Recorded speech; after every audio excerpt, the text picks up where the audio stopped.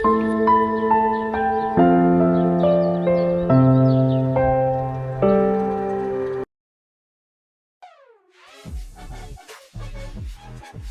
दोस्तों, इकट्ठा हो जाए, अफ्रीका के बारे में बात करते हैं। लेकिन वो अफ्रीका नहीं जो न्यूज में दिखाते हैं, सारी बुरी खबरों वाला। हम एक अलग कहानी की बात कर रहे हैं, एकता की कहानी, प्रगति की कहानी। हम बात कर रहे हैं अफ्रीकन यूनियन की। एयू, जैसे कूल लोग कहते हैं, ये एक बड़ा क्लब है, 55 मेंबर स्टेट्स वाला क्लब, अफ्रीका के सारे देश। और इस क्लब का मकसद क्या है? ये सिंपल है, सच में। ये सब एकता, शांति और विकास चाहते हैं। ये अफ्रीका को मजबूत और ताकतवर और आजाद बनाना चाहते हैं। सोचो, सदियों से अफ्रीका बंटा हुआ था, उसका शोषण हुआ, उस पर राज किया गया। लेकिन 21वीं सदी में चीजें बदल रही हैं। अफ्रीका उठ रहा है और एयू सबसे आगे है, लीड कर रहा है। अब एयू सिर्फ बातें नहीं करता, वो काम कर रहा है। गरीबी, झगड़े, क्लाइमेट चेंज जैसी मुश्किलों से लड़ रहा है। वो पुल बना रहे हैं, असली और मतलबी दोनों देशों को जोड़ रहे हैं, व्यापार बढ़ा रहे हैं, लोगों को ताकत दे रहे हैं। एयू एक्शन में है बेबी। अब अफ्रीकन यूनियन एक दिन में नहीं बना, इसका एक इतिहास है, एक लंबा और घुमावदार रास्ता जिसने इसे यहां तक पहुंचाया। देखो, पहले के जमाने में अफ्रीका अभी भी आजादी के लिए लड़ रहा था। उपनिवेशवाद ने महाद्वीप पर पकड़ बना रखी थी, लेकिन लोग वो आजाद होने के लिए तैयार थे। और इसलिए 1961 में जब बेल बॉटम स्कूल थे, अफ्रीकी नेताओं का एक झुंड अदीस अबाबा, इथियोपिया में इकट्ठा हुआ। उन्होंने कहा, बस बहुत हो गया, हमें एकजुट होने की जरूरत है, अपनी आजादी के लिए लड़ने की, अफ्रीका के लिए एक बेहतर भविष्य बनाने की। और इस तरह ऑर्गेनाइजेशन ऑफ अफ्रीकन यूनिटी, ओएयू का जन्म हुआ। ओएयू आजादी के बारे में था, उपनिवेशवाद और रंगभेद को खत्म करने के बारे में। और उन्होंने अपना काम किया, आजादी के आंदोलनों का समर्थन किया, बिना आवाज वालों को आवाज दी। लेकिन जैसे जैसे समय बीतता गया, चीजें बदलने लगी। शीत युद्ध खत्म हुआ, दुनिया बदली और ओएयू को एहसास हुआ कि बदलाव का समय आ गया है। इस तरह 2002 में ओएयू की राख से अफ्रीकन यूनियन का उदय हुआ, जैसे एक फीनिक्स पक्षी उठता है। लेकिन ये सिर्फ नाम का बदलाव नहीं था, नहीं साहब, एयू अलग था। ये ज्यादा महत्वाकांक्षी था, विकास, शांति और अच्छे शासन पर ज्यादा केंद्रित था। वो सिर्फ बातें करने से आगे बढ़ चुके थे, वो काम करने के लिए तैयार थे। तो एयू ये बड़ा पावरफुल संगठन है ना? लेकिन ये असल में कैसे काम करता है? कौन इसे चला रहा है? इसे एक अच्छी तरह से तेल लगी मशीन की तरह समझो, जिसके सभी अलग अलग हिस्से एक साथ काम करते हैं। आपके पास आपकी असेंबली है, आपकी कार्यकारी परिषद है, आपका न्यायालय है, ये सब फैंसी नाम है। लेकिन एयू का असली दिल अफ्रीकन यूनियन कमीशन, एयूसी है। ये वो लोग हैं जो रोजमर्रा के फैसले लेते हैं, नीतियों को लागू करते हैं, काम चलाते हैं। और एयूसी पिरामिड के सबसे ऊपर चेयरपर्सन होता है, सबसे बड़ा आदमी, हेड। अब ये चेयरपर्सन की पोजीशन, ये बहुत बड़ी बात है। हर 4 साल में सदस्य देशों द्वारा उनका चुनाव किया जाता है। और आपको बता दूं, वो चुनाव बहुत इंटेंस हो सकते हैं।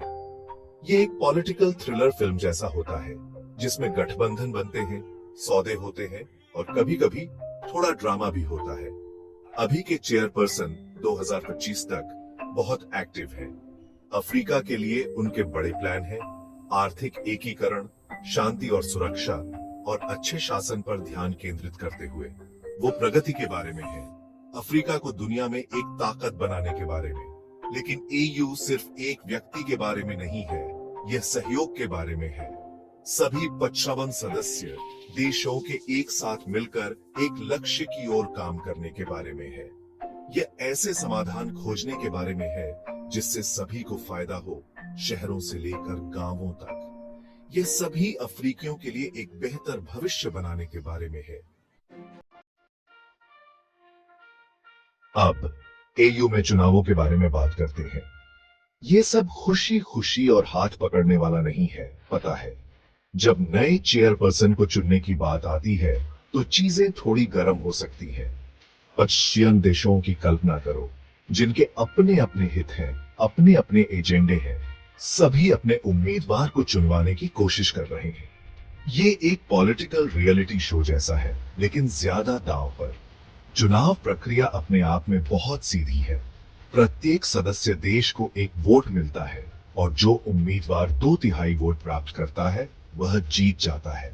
सिंपल लगता है ना? जरा रुकी, देखो, वो अंदरूनी सौदे, वो गठबंधन वे सब कुछ बदल सकते हैं। एक चीज जो हाल के चुनावों में थोड़ी निराशाजनक रही है, वह है महिला उम्मीदवारों की कमी। मतलब, चलो अफ्रीका, हम इससे बेहतर कर सकते हैं। हमें नेतृत्व की स्थिति में ज्यादा महिलाओं की जरूरत है, जो अपने अनोखे दृष्टिकोण और अनुभव मेज पर लाएं। लेकिन देखो, कम से कम ईयू चुनावों को ज्यादा लोकतांत्रिक, ज्यादा पारदर्शी बनाने की कोशिश कर रहा है। उनके पास पर्यवेक्षक हैं, उनके पास नियम है। वे यह सुनिश्चित करने की कोशिश कर रहे हैं कि सब कुछ साफ सुथरा हो, क्योंकि अंत में ये इस बारे में नहीं है कि कौन जीतता है या हारता है। यह अफ्रीका के लिए सबसे अच्छे नेता को चुनने के बारे में है।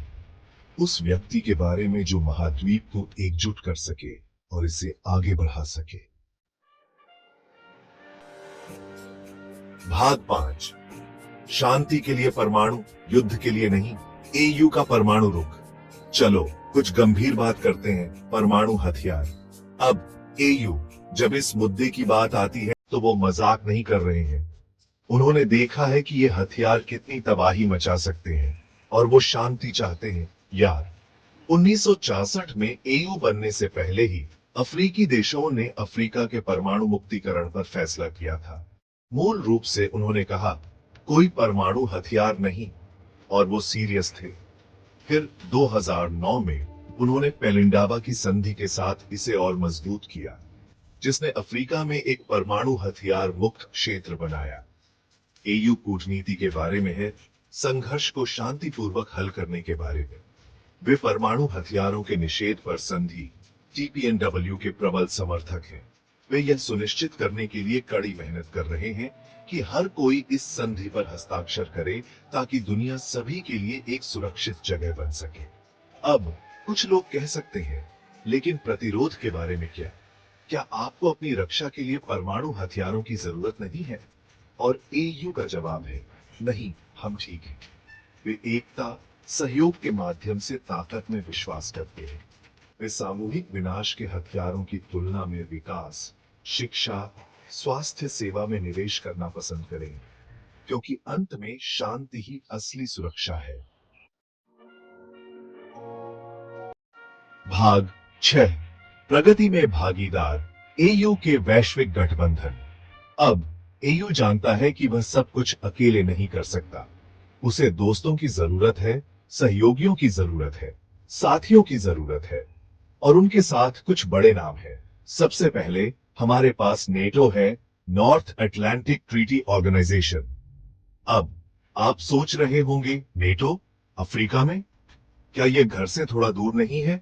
और आप पूरी तरह से गलत नहीं होंगे। लेकिन नेटो और एयू वे वास्तव में वर्षों से साथ काम कर रहे हैं, खासकर शांति और सुरक्षा जैसे मुद्दों पर। उनके पास military to military staff talks नाम की एक चीज है, जहां वे मूल रूप से बैठते हैं और महाद्वीप के सामने आने वाली चुनौतियों के बारे में बात करते हैं। वे जानकारी साझा करते हैं, वे अपने प्रयासों का समन्वय करते हैं, वे संयुक्त प्रशिक्षण अभ्यास भी करते हैं। ये सब सहयोग के बारे में है, बेबी। फिर यूएन है, संयुक्त राष्ट्र। अब एयू का यूएन के साथ थोड़ा प्यार नफरत का रिश्ता है। एक तरफ वे शांति स्थापना और विकास जैसे क्षेत्रों में यूएन के प्रयासों की सराहना करते हैं, लेकिन दूसरी तरफ उन्हें लगता है कि यूएन की निर्णय लेने की प्रक्रियाओं में अफ्रीका का प्रतिनिधित्व कम है। एयू संयुक्त राष्ट्र सुरक्षा परिषद में सुधार के लिए कड़ी मेहनत कर रहा है, अफ्रीका के लिए वीटो पावर, और वह सबके साथ 2 स्थायी सीटों की मांग कर रहा है।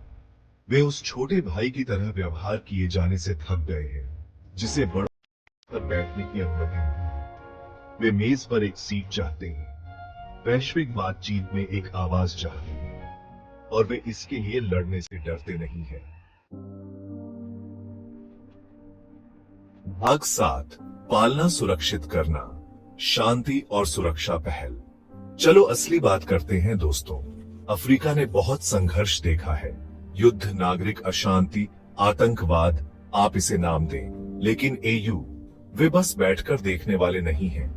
वे कार्रवाई कर रहे हैं, आगे आ रहे हैं और महाद्वीप में शांति लाने की कोशिश कर रहे हैं। उनके मुख्य साधनों में से एक अफ्रीकी शांति और सुरक्षा वास्तुकला या APSA है। ये एक लंबा नाम है, मुझे पता है, लेकिन मूल रूप से यह अफ्रीका में संघर्षों को रोकने, प्रबंधित करने और हल करने के लिए एक ढांचा है। उनके पास शीघ्र चेतावनी प्रणाली, मध्यस्थता तंत्र, शांति सेना, सब कुछ है। एयू अफ्रीकी समस्याओं के लिए अफ्रीकी समाधान वाली बात के बारे में है। वे अपनी गंदगी साफ करने के लिए विदेशी ताकतों पर निर्भर रहने से थक गए हैं। वे ड्राइविंग सीट पर रहना चाहते हैं, शांति और स्थिरता के लिए नेतृत्व करना चाहते हैं और उन्हें कुछ सफलताएं मिली हैं, इसमें कोई शक नहीं। उन्होंने दारफुर में संघर्ष को हल करने में महत्वपूर्ण भूमिका निभाई। वे साहेल क्षेत्र में आतंकवाद का मुकाबला करने के लिए काम कर रहे हैं और वे लगातार देशों के बीच विवादों की मध्यस्थता कर रहे हैं। लेकिन यह एक कठिन लड़ाई है, इसमें कोई शक नहीं। संघर्ष जटिल है, संसाधन दुर्लभ है और हमेशा ऐसे लोग होते हैं जिन्हें अराजकता से फायदा होता है। लेकिन एयू इस लक्ष्य के लिए प्रतिबद्ध है, आने वाली पीढ़ियों के लिए एक अधिक शांतिपूर्ण और सुरक्षित अफ्रीका बनाने के लिए।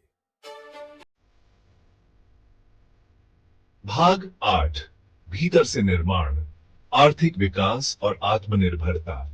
ठीक है, चलो पैसों के बारे में बात करते हैं दोस्तों, क्योंकि अंत में विकास आर्थिक विकास के बारे में है और एयू वे यह जानते हैं। अफ्रीका के आर्थिक भविष्य के लिए उनके बड़े प्लान हैं, ऐसी योजनाएं जिनमें व्यापार को बढ़ावा देना, निवेश को आकर्षित करना और नौकरियां पैदा करना शामिल है। उनकी प्रमुख परियोजनाओं में से एक अफ्रीकी महाद्वीपीय मुक्त व्यापार क्षेत्र AfCFTA है। अब यह एक बड़ी बात है दोस्तों, हम दुनिया में सबसे बड़ा मुक्त व्यापार क्षेत्र बनाने की बात कर रहे हैं, जो 55 देशों में 103 अरब लोगों को जोड़ता है। लक्ष्य अंतर अफ्रीकी व्यापार को बढ़ावा देना है, जो वर्तमान में बहुत कम है। अफ्रीकी देशों को अपनी अर्थव्यवस्थाओं के निर्माण, नौकरियां पैदा करने, अधिक आत्मनिर्भर बनने के लिए एक दूसरे के साथ अधिक व्यापार करने की आवश्यकता है। लेकिन यह सिर्फ व्यापार के बारे में नहीं है।